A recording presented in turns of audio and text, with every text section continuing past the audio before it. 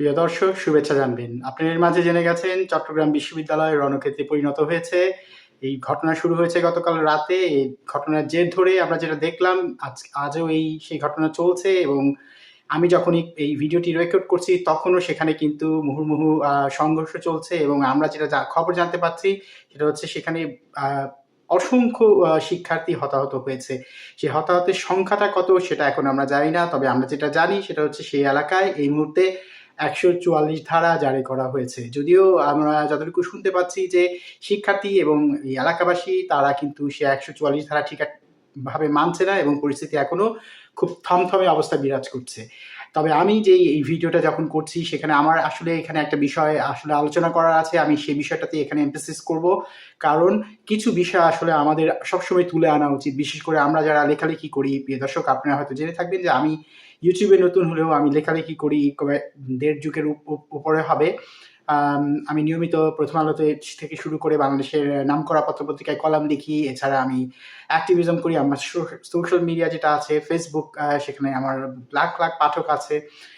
কিন্তু আমি YouTube এ নতুন। আশা করছি আপনারা YouTube এও আমার ভিডিও দেখবেন এবং লাইক করবেন, শেয়ার করবেন এবং সাবস্ক্রাইব করবেন। তো যে কথাটা বলতে চাচ্ছিলাম সেটা হচ্ছে যে আমি দীর্ঘদিন ধরে একটা বিষয় খেয়াল করছি। সেটা হচ্ছে যে আপনি খেয়াল করে দেখবেন চট্টগ্রাম বিশ্ববিদ্যালয়ে যখন গতকাল রাতে এরকম একটা ঘটনা ঘটলো এবং তখনই কিন্তু গতকাল রাতেই কিন্তু শিক্ষার্থীরা আহত হয়েছে এবং গ্রামবাসীর সাথে এক ধরনের সংঘর্ষ হয়েছে। কিন্তু আমি খেয়াল করে দেখলাম যে দেশের জাতীয় যে সংবাদ মাধ্যমগুলো আছে, টেলিভিশনগুলো আছে, এমনকি আমাদের যারা বুদ্ধিজীবী অ্যাক্টিভিস্টরা আছে তারা না বিষয়টা নিয়ে কথা বলেনি।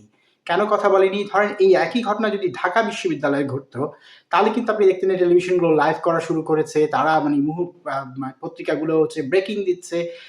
এসবই আপনারা কিন্তু দেখতেন। এবং অ্যাক্টিভিস্ট থেকে শুরু করে আমাদের বুদ্ধিজীবীরা টক শোতে গিয়ে মানে বিশাল আলাপ লাগিয়ে দিত।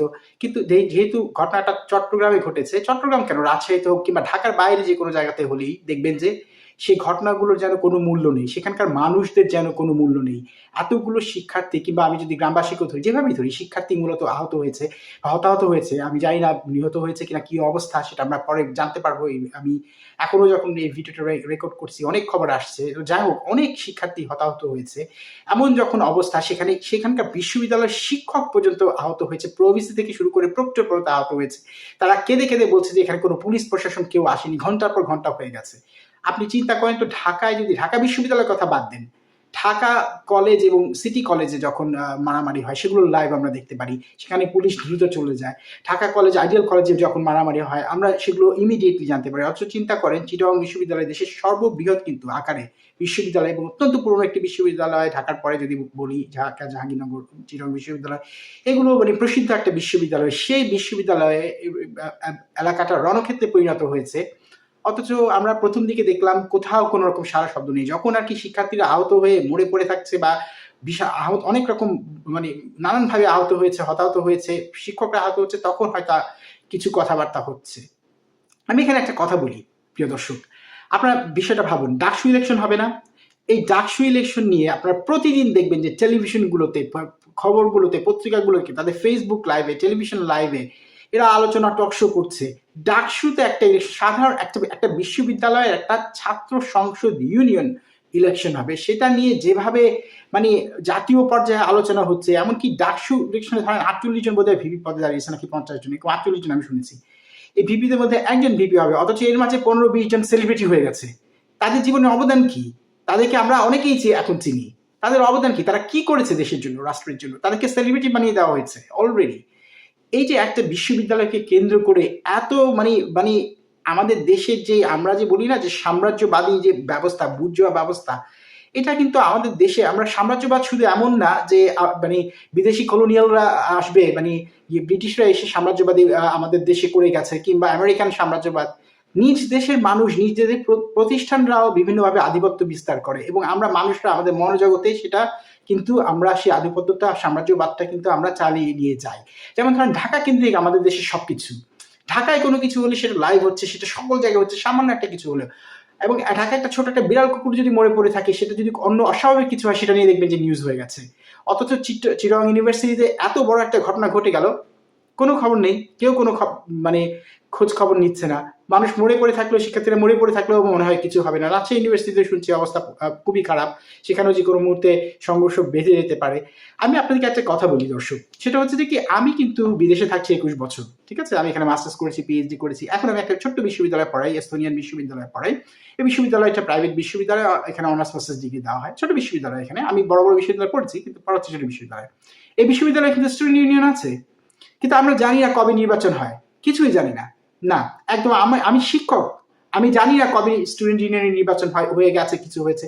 এখানে স্টুডেন্ট ইউনিয়নের নির্বাচন হয় কারণ ওরা ওদের নিজস্ব স্টুডেন্টদের সুযোগ সুবিধার জন্য, তার যদি থাকা খাওয়ার সমস্যা হয়, শিক্ষায় কোনো সমস্যা হয়, সেটার জন্য ওরা করে। এখানে কোনো লেজুর ভিত্তিক রাজনীতির প্রশ্নই ওঠে না।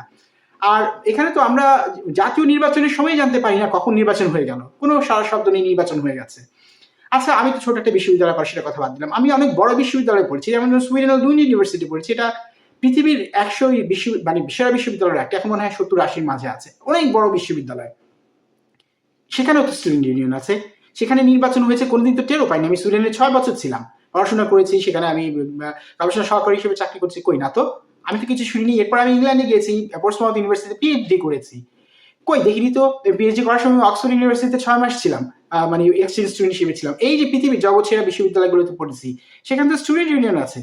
তারা তো কোনো রেজিও ভিত্তিক রাজনীতি করে না, স্টুডেন্টদের সুবিধার জন্য তারা এই ইউনিয়নটা করেছে। সেখানে নির্বাচন কখন হয়ে যায় কেউ জানেও না, কে কখন কে ইউনিয়নের প্রধান আমরা কেউ কখনো জানিও না। আপনি একটু গুগল সার্চ দিয়ে দেখেন তো কোথাও কোনো খবর পান কিনা। আচ্ছা, আমাদের দেশে এই একটা ডাকসু ইলেকশন নিয়ে দেখবেন যে কি চলছে, মানে এক ধরনের মনে হয় যেন, মানে এরা হচ্ছে সবাই জাতীয় পর্যায়ের বড় বড় নেতা, এরা হচ্ছে সবাই সেলিব্রিটি, অলরেডি সেলিব্রিটি হয়েই গেছে। পাশে জাহাঙ্গীরনগর ইউনিভার্সিটিতে ইলেকশন হবে, কেউ কি খোঁজ খবর রাখছেন? রাজশাহী ইউনিভার্সিটির খবর কেউ জানেও না কি হচ্ছে। তো এটা হচ্ছে আমাদের বিশ্ববিদ্যালয়ের সাম্রাজ্যবাদী একটা সিস্টেম। আমরা অলরেডি তৈরি করে ফেলেছি। সাম্রাজ্যবাদটা তৈরি হয় ঢাকা থেকে, শুধু ঢাকা বিশ্ববিদ্যালয় না, ঢাকা কেন্দ্রিক। অর্থাৎ ঢাকাতে যদি আপনি থাকেন তাহলে মনে হয় আপনার ফোকাসটা আছে, আর কোথাও যেন ফোকাস নেই। ওই যে ডিসেন্ট্রালাইজেশনের কথা আমরা যে বলি, সেটা তো হয় নাই। আমরা এটাকে সেন্ট্রালাইজ করে এমন জায়গায় নিয়ে এসেছি, এমনকি গ্রামের যারা ছেলেপেলেরা আছে, শিক্ষার্থীরা পড়তে আসে যখন, যারা বা গ্রাম থেকে যারা আসে ঢাকাতে, আমি অনেক খেয়াল করে দেখেছি, তারা গ্রাম থেকে এসে গ্রামকে ভুলে যায়, তাদের নিজের রুটকে ভুলে যায়। মফস্বল থেকে আসা শিক্ষার্থীদেরকেও আমি দেখেছি, বা অনেক যারা চাকরি করতে আসে, তারা গ্রাম মফস্বলকে ভুলে যায়। আমি নিজে ঢাকা শহরে জন্মেছি, বড় হয়েছি, আমি ঢাকার মানুষ, আমার জন্ম বড় হওয়া সব কিছু ঢাকাতে। আমি বলছি এই কথা, আমি নিজের চোখে দেখেছি। এবং আমি আমি বলছি যে এই যে একটা আমাদের কাঠামোটা, আমাদের যে বেসিক এবং মানে সুপার স্ট্রাকচার, সেটা যে কিরকম, এখানে এটা যে কি পরিমাণ বৈষম্য যে এখানে বিরাজ করে, আপনি চিন্তা করুন। আমি এই লেখাটা যখন লিখছি, তখন চট্টগ্রাম বিশ্ববিদ্যালয়ের শিক্ষার্থীরা হতাহত হয়ে পড়ে আছে, অথচ সেখানে কিন্তু কোনো রকম পুলিশ প্রশাসন কেউ যায়নি। এবং আমি কোনো বড় কাউকে দেখছিও না যে কোনো কথাবার্তা বলছে। কেন বলছে না? কারণ ওই যে ঢাকাতে হচ্ছে না, তাদের গায়ে লাগছে না, সবাই হাওয়া বাতাস খেয়ে ঘুরে বেড়াচ্ছে। বা গ্রামের মানুষ বা চট্টগ্রামের মানুষও কোথায় অজবালা গায়ে পড়ে কি হচ্ছে এটা নিয়ে খোঁজ খবর নেওয়ার কোনো মানে নেই। তো এই হচ্ছে আমাদের সমাজ, এই হচ্ছে আমাদের সংস্কৃতি। এখন কথা হচ্ছে এই সমাজ এবং সংস্কৃতি কি করে আমরা তৈরি করলাম? কারণ হচ্ছে আমাদের সকল কিছু ঢাকা কেন্দ্রিক, এবং এক অর্থে ঢাকা বিশ্ববিদ্যালয় কেন্দ্রিক। ঢাকা বিশ্ববিদ্যালয় কিংবা ঢাকার আশপাশে যেসব, মানে ঢাকা কেন্দ্রিক বলবো আমি, আসলে ঢাকার আশপাশ না, এই যে ঢাকা বিশ্ববিদ্যালয় কেন্দ্রিক, দেখবেন যে টিএসসি কেন্দ্রিক আমাদের সেন্ট্রাল রাজনীতি, জাতীয় রাজনীতি অনেক সময় পরিচালিত হয়ে থাকে। একটা ছোট জায়গায় কেন্দ্রিক, আমাদের 18 কোটি জনসংখ্যার মানুষের দেশে 10,000 শিক্ষার্থী, 12,000 শিক্ষার্থীর একটা বিশ্ববিদ্যালয় পুরো পুরো দেশকে কিভাবে মানে এক ধরনের নিয়ন্ত্রণ করছে চিন্তা করে দেখুন। করতে পারে, ঠিক আছে, তারা মেধাবী, কিন্তু আমার কথা হচ্ছে এটা তো কোনো সিস্টেম হতে পারে না। কিন্তু আপনি অক্সফোর্ড বিশ্ববিদ্যালয় দেখেন, হার্ভার্ড বিশ্ববিদ্যালয় দেখেন, ক্যামব্রিজ বিশ্ববিদ্যালয় দেখেন, সেখানে কি এরকম সিস্টেম চালু আছে? নাই তো। অক্সফোর্ড তো লন্ডনে না, লন্ডন হচ্ছে কি যেন বলে, ইংল্যান্ডের ক্যাপিটাল সিটি। অক্সফোর্ড তার আলাদা শহর, সেখানে যেতেও সময় লাগে, ট্রেনে করে আমি কতবার গিয়েছি এসেছি। তাহলে ক্যামব্রিজ দেখেন তো, এবং তাদের তো ওরকম ভাবে তাদের ছাত্ররা যে পুরো আধিপত্য বিস্তার করে বা জাতীয় রাজনীতিতে বিরাট বড় আধিপত্য বিস্তার করছে তা তো না। তাদের ইলেকশন হয়ে যাচ্ছে, ছাত্র ইউনিয়ন, তাদের যে স্টুডেন্টস ইউনিয়নদের যে ইলেকশন হয় কেউ তো জানেও না। The system, like the system where we belong, it's just, you know, it's completely spoiled. সবচেয়ে বড় ব্যাপার হচ্ছে কি, আমরা ওরকমই হতে চাই, সব ওদের মতোই হতে চাই সবাই, ওই ঢাকা কেন্দ্রিক, সবাই ঢাকাতে আসতে চায় এবং ওই যে সাম্রাজ্য বিস্তার করতে চায়, তারা হচ্ছে ওই আধিপত্য বিস্তার করতে চায়। এটাই হচ্ছে আমাদের সংস্কৃতি। আমি খুব অবাক হলাম, চিটাগং বিশ্ববিদ্যালয়ের শিক্ষার্থীরা মরে পড়ে আছে এই সময়ে, যেখানে বৈষম্যহীন সমাজের কথা বলা হচ্ছিল, শিক্ষার্থীরা নিজেরা যে আন্দোলন করে বৈষম্যহীন সমাজের কথা বলছিল। এবার চিন্তা করে দেখেন, তারাই এখন বৈষম্যের শিকার। কারণ হচ্ছে তারা বুঝতেও পারেনি তারা আসলে এক ধরনের বৈষম্যহীন সমাজের কথা বলে নিজেরাই বৈষম্য তৈরি করেছে। তো এই সিস্টেমে আমরা বসবাস করছি, এই সিস্টেমে আমরা চলছি, কারণ হচ্ছে আমাদের মাঝে, সকলের মাঝে, আমাদের মস্তিষ্কে, মনোজগতে সবখানে আমরা হচ্ছে যে কোনোভাবে হোক আমাদেরকে আধিপত্য বিস্তার করতে হবে, আমাদেরকে সাম্রাজ্যবাদ বিস্তার করতে হবে। এই যে সাম্রাজ্যবাদ এবং আধিপত্যবাদ, এটা মনে করলে আমরা মনে করি বোধ হয় আমেরিকান সাম্রাজ্যবাদ, ইন্ডিয়ান সাম্রাজ্যবাদ, কিংবা রাশিয়ান সাম্রাজ্যবাদ, কিংবা ব্রিটিশ সাম্রাজ্যবাদ। না ভাই, এই সাম্রাজ্যবাদ হচ্ছে আপনার মস্তিষ্কে, আপনি অন্যকে দমাতে চান। এই কারণেই হচ্ছে সকল কিছু ঢাকা কেন্দ্রিক।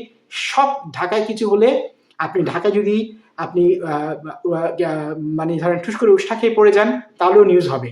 আর আপনি ঢাকার বাইরে যদি বেঘরে মরে পড়েও থাকেন, নিউজ হওয়া তো দূরে থাকে, কেউ কথাই বলবে না। আপনি মরে পড়ে গেছেন, ইতিহাস হয়েছেন, ইতিহাসের পাতায় আপনার নাম লেখাও থাকবে না। আপনি হচ্ছেন your just history, not even in the page of history, because they will not read you at all. কারণ হচ্ছে ইতিহাস লিখেও ওই সাম্রাজ্যবাদীরা, ইতিহাস লেখেও ওই আধিপত্য বিস্তারকারীরাই। ইতিহাসটা তারাই তৈরি করে, তারা তাদের মতো করে লেখে। সুতরাং সেই ইতিহাসের পাতায় আপনার স্থান হবে না। কেন হবে না? কারণ আপনি বুঝতেই পারেন না, আপনার মনোজগৎ তো সেই ওই আধিপত্যবাদ বিস্তারকারী এবং সাম্রাজ্যবাদ বিস্তারকারীদের মতোই হতে ইচ্ছে করে। আপনি যতক্ষণ পর্যন্ত এই মস্তিষ্ক, মনোজগৎ চেঞ্জ না করবেন, ততক্ষণ পর্যন্ত মুক্তি নেই। প্রিয় দর্শক, আজ এই পর্যন্তই। ভালো থাকবেন নিশ্চয়ই সবাই। আগামীকাল আবার দেখা হবে।